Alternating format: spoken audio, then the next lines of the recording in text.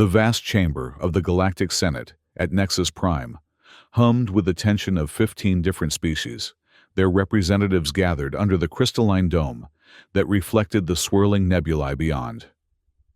Ambassador Lara Rodriguez stood at the human delegation's platform, her dark eyes fixed on the imposing figure of Speaker Zuthmar, whose chitinous Valkyrie form gleamed under the chamber's bioluminescent lighting.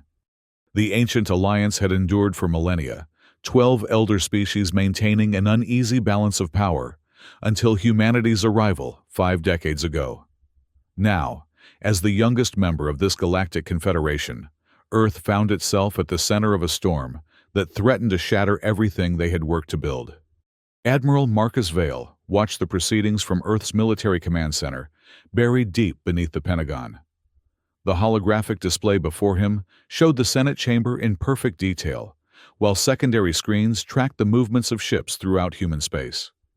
His weathered hands, scarred from his early days as a combat engineer, drummed against the metal desk as he waited for the inevitable. Speaker Zuthmar's voice translated through the neural implants.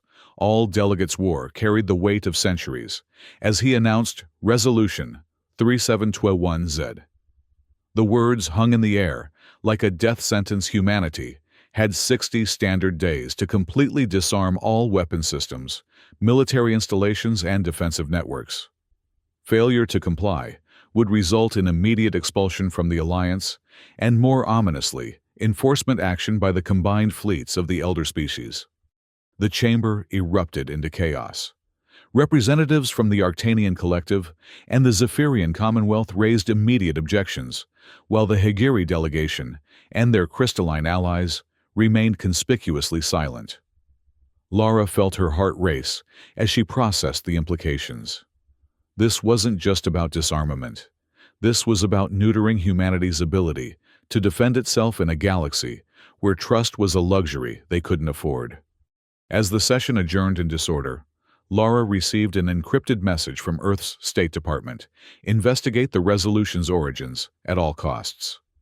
Meanwhile, Admiral Vale was already mobilizing his intelligence networks, calling an emergency session of the Global Security Council. Within hours, the true scope of the threat began to emerge.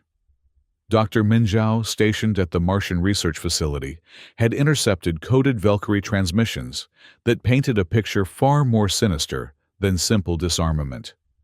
Hidden within layers of quantum encryption was reference to something called Phase Omega, a systematic plan to replace humanity's defensive systems with Valkyrie-controlled proxy forces.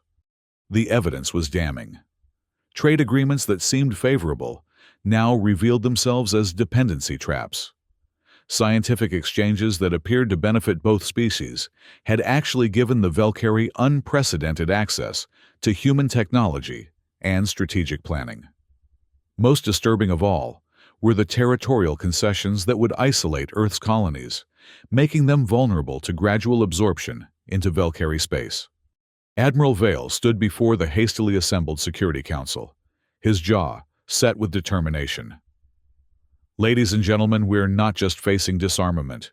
We're looking at the systematic dismantling of human sovereignty. The Valkyrie and Higiri have been planning this for decades, waiting for the right moment to strike.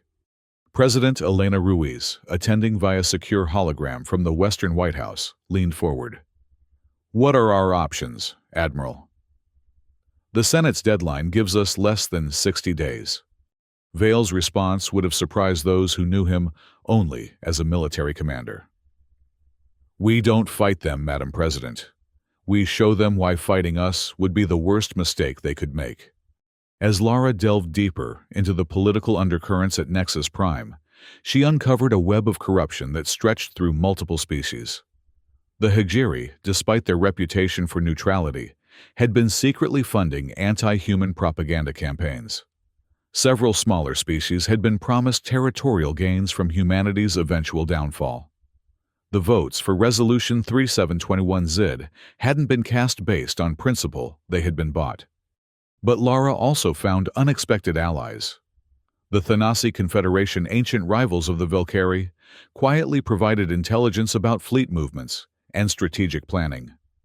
The ethereal collective masters of quantum communication helped ensure her reports to Earth remained undetected. Even among the elder species, not all were comfortable with the precedent this resolution would set. Meanwhile, Vale was implementing the most audacious bluff in human history. Project Aegis, officially listed as a defensive research initiative, was actually a cover for the most comprehensive military buildup humanity had ever undertaken. Hidden construction facilities in the asteroid belt worked around the clock, while Earth's best engineers retrofitted civilian vessels with military-grade capabilities. The linchpin of the plan was the Aegis shield itself, a network of orbital defense platforms that could create an impenetrable barrier around any human world. More importantly, it was designed to be purely defensive, powered by clean fusion technology that posed no threat to other species. This wasn't a weapon of conquest, but a statement of independence. Dr. Zhao's team on Mars worked feverishly to decode the final pieces of the Valkyrie scheme. What they found chilled them to the bone. Phase Omega wasn't just about replacing human defenses with proxy forces. It was about replacing humans themselves, gradually introducing Valkyrie-compatible modifications to human genetics until they became a subservient species. Ancient texts spoke of the creators, a lost civilization that had once spanned the galaxy before mysteriously vanishing. The Valkyrie believed they had found fragments of creator technology, the same kind of discovery that had led to the Architect incident 2 centuries ago. They planned to use this technology to reshape humanity in their image, creating a race of biological weapons that would serve the Valkyrie Empire for millennia to come. With 20 days remaining before the deadline, Earth played its final card. In a coordinated effort that would have made the old spy networks proud, Lara and her team leaked carefully crafted misinformation, suggesting that humanity was preparing to comply with the resolution. Fake orders for weapons decommissioning circulated through intercepted channels. Ships appeared to be returning to Earth space. Military installations broadcast signals indicating power-down procedures. The Valkyrie took the bait. Convinced that humanity was surrendering without a fight, they accelerated their own timeline. Proxy forces moved closer to human space. Valkyrie advisors prepared to oversee the disarmament process. Most critically, they made the mistake of underestimating human ingenuity and resolve. The pivotal moment came during a galaxy-wide broadcast called by the Galactic Senate. President Ruiz, flanked by Admiral Vale, and the full Global Security Council addressed the assembled representatives of 15 species. Her words, transmitted across the galaxy in real time, carried the weight of humanity's future. Distinguished representatives of the Galactic Alliance, she began her voice steady, despite the magnitude of the moment. For 50 years, humanity has been honored to serve alongside you in the pursuit of peace and prosperity among the stars. We have abided by your laws, contributed to your prosperity, and shed our blood in defense of your worlds. The chamber at Nexus Prime fell silent. Even Speaker Zethmar's usual arrogant posture seemed to waver. However, President Ruiz continued, "We cannot and will not surrender our right to defend ourselves and our people. Resolution 3721Z asks us to trust in your protection, but recent evidence suggests that trust would be fatally misplaced." With a gesture from Vale, holographic displays throughout the Senate chamber activated, showing the decoded Valkyrie transmissions, the evidence of Phase Omega, and the systematic plan to subjugate humanity. Gasps and chittering sounds of outrage echoed through the chamber as the full scope of the Valkyrie deception became clear. Instead, Ruiz declared, "Earth proposes a different resolution, the Sovereignty Protection Accord. We offer our defensive technologies, not as tools of war, but as instruments of peace. We will share the Aegis shield design with any species that wishes to ensure their own independence free from the threat of subjugation." As if on cue, the night sky above Nexus Prime erupted in brilliant light. The Aegis shield, activated remotely from Earth, created a shimmering barrier of energy around Luna that was visible even from the depths of space. It was breathtaking, beautiful, and utterly impregnable, a demonstration of power, used purely for protection. The political earthquake that followed was immediate and devastating. The Higiri delegation, caught completely off guard by the exposure of their involvement, immediately withdrew from the chamber. Several smaller species, who had been promised Valkyrie rewards, found themselves scrambling to distance themselves from the conspiracy. The Zephyrian Commonwealth's representative stood first, his crystal-like form refracting the light from the displays. The Zephyrian people stand with humanity. We have always believed that the right to self-defense is fundamental to any free species. One by one, other representatives joined the call for a new vote. The Thanasi Confederation formally denounced the Valkyrie scheme. The Silicon Collective offered their technological expertise to help implement the Aegis system across Alliance space. Even some Higiri subfactions broke ranks, with their main government declaring independence and seeking asylum in human space. Within hours, the Galactic Senate passed the Sovereignty Protection Accord by an overwhelming margin. But the victory came with a price. The Valkyrie Empire, rather than face the humiliation of public trial, withdrew from the alliance entirely, taking their Higiri allies with them. They retreated to the far edges of the galaxy, their ultimate plans thwarted, but their threat far from neutralized. In the weeks that followed, humanity found itself in an unexpected position of leadership within the alliance.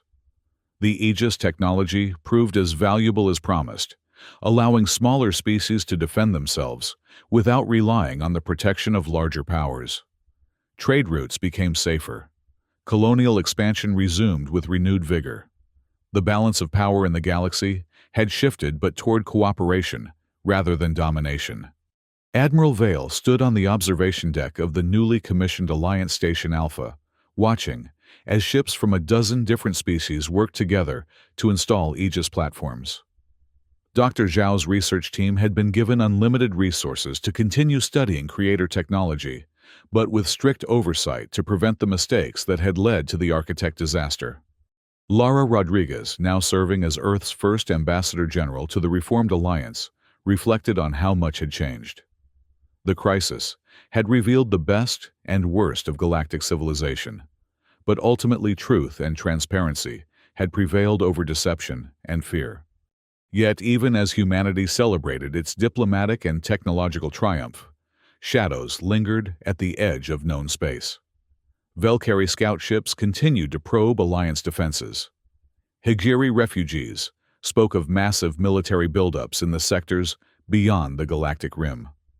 Phase Omega might have been exposed and defeated, but its architects remained free, nursing their wounded pride and plotting their return. The final message, intercepted from Valkyrie space, was both a warning and a promise. The young species has won this battle, but the war for galactic dominance will span millennia. We will return when you least expect it, and next time, we will be prepared for your defenses. But humanity was no longer the naive newcomer that had joined the Alliance decades ago. They had learned that in the vast darkness between stars, the only protection was strength, combined with wisdom, and the only true security came from standing together with those who shared your values. The galaxy had been reminded that even the youngest members of a community could possess both the courage to stand up to bullies and the wisdom to extend their hand in friendship to former enemies.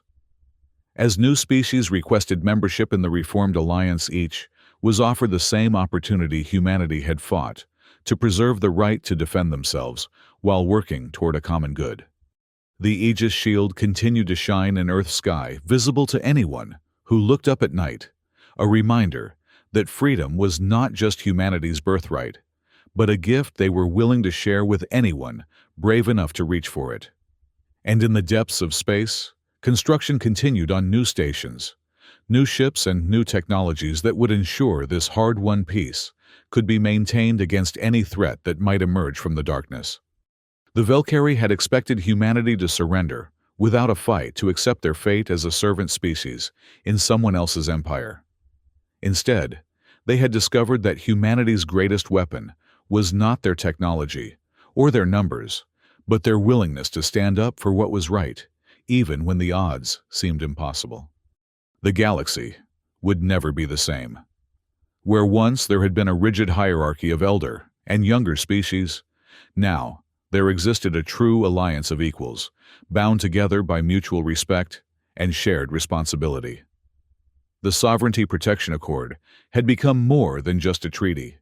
It was a declaration that in this corner of the universe, freedom and dignity were not privileges to be granted by the powerful, but rights to be defended by all who valued them. As Earth's sun set on another day of peace, the Aegis shield continued its silent vigil, and somewhere in the vastness of space, the next chapter of humanity's galactic story was already beginning to unfold. The Valkyrie had tried to disarm humanity, expecting fear and submission. Instead, they had awakened a spirit of cooperation and defiance that would echo through the galaxy for generations to come.